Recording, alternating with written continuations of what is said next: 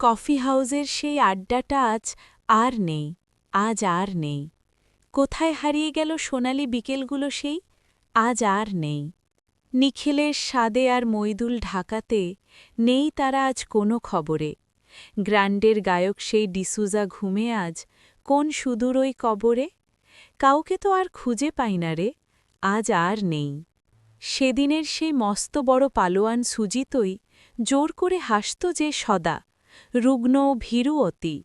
জানতাম না তো তার মরণ ব্যাধিটা ছিল যে শরীরে। কফি হাউসের সেই আড্ডাটা আজ আর নেই। অমলটা ছিল বেশ দুরন্ত সপ্রতিভ চশমায়, বেছে নেই জানা গেছে দীর্ঘ কোনো দুঃসময়।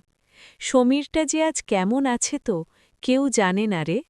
কফি হাউসের সেই আড্ডাটা আজ আর নেই।